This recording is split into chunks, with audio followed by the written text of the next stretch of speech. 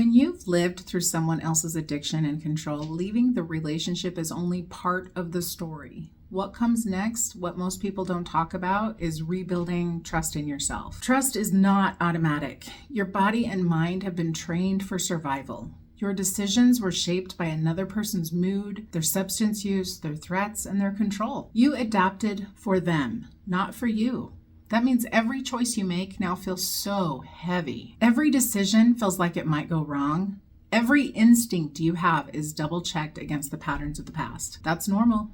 That's expected. And it doesn't mean you're broken, even though it sucks and you hate it. It means you're learning to be your own authority for the first time in however long. Rebuilding trust in yourself starts small. It starts with noticing your reactions when something feels unsafe, when you flinch, when your stomach tightens, when you pause before speaking. That is all information. That is your nervous system speaking to you.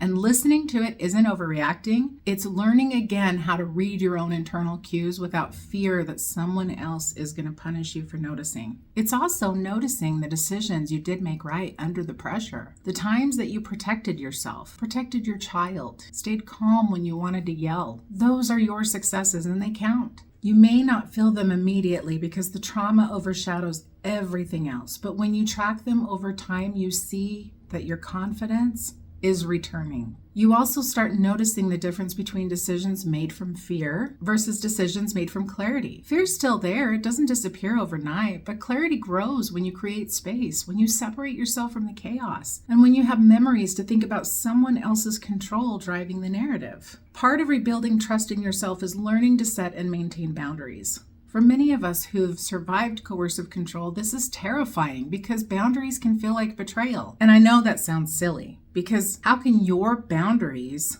things that are meant to protect you, make you feel like you're betraying someone? Well, it's because you've spent years adjusting to someone else's moods, their behaviors, and addictions. Saying no, speaking up, or protecting your time and space might feel like you are abandoning them or failing your own commitments. That internalized message that asserting yourself is disloyal is what erodes trust in your own judgment. You start doubting every choice, you second guess your instincts, and you wonder if your feelings are valid or if you're overreacting. The key here is understanding that boundaries are not betrayal. They are a container. A boundary defines what is yours. Your body, your time, your emotions, your values, and what is not. When you define that space, you give yourself permission to live according to your own values instead of being constantly coerced into someone else's version of reality. Values are your compass. They tell you what matters, what feels right, and what aligns with your sense of integrity. Boundaries are the walls that let those values exist safely in the world. And without them, your authenticity leaks out. You stay in survival mode. You stay hypervigilant. You remain inside the roles someone else carved for you. So practically speaking,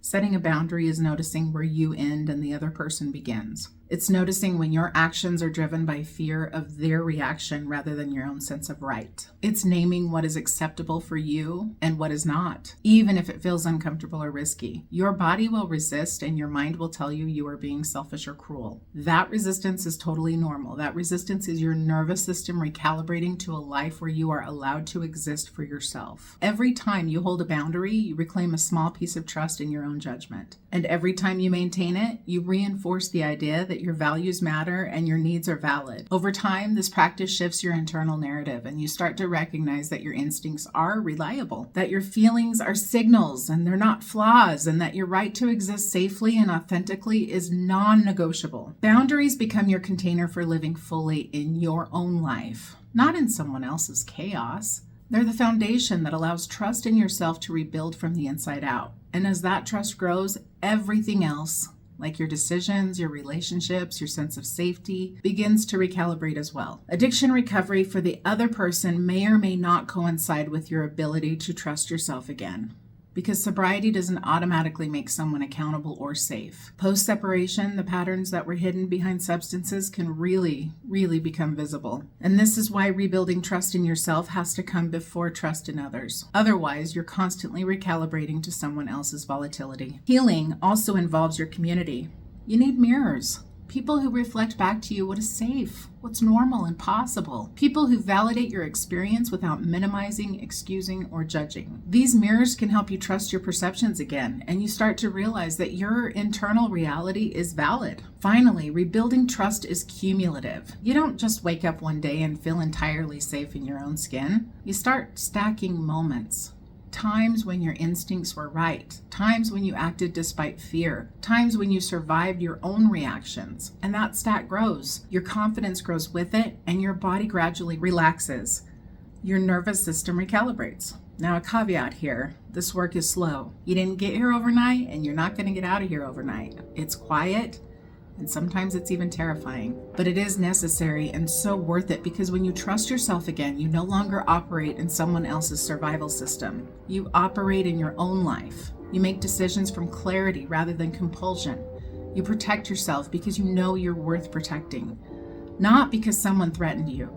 You rebuild your internal authority and you reclaim your autonomy. And that is the foundation for everything else. Healthy relationships, emotional safety, parenting, career, and self-care. Without it, nothing else sticks. And with it, you begin to live in a body that finally knows it's allowed to relax.